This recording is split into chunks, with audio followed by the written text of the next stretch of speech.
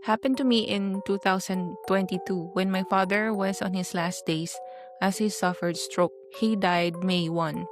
April 30 noon ng gabi, tapos nag-decide kami ng wife ko na kumain saglit sa labas kasi wala kaming mailuto sa bahay. Tapos nung pauwi na kami galing McDonald's, habang nagde-drive ako, may nadaanan kaming funeral homes.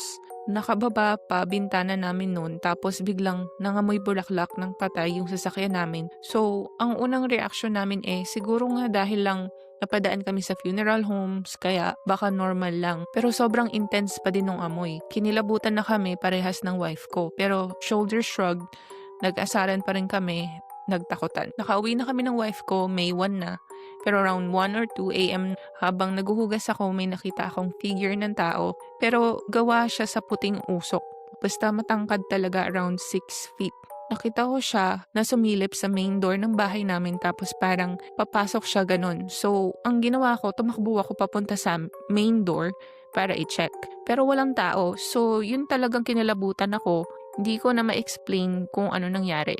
Later that day, my dad passed away.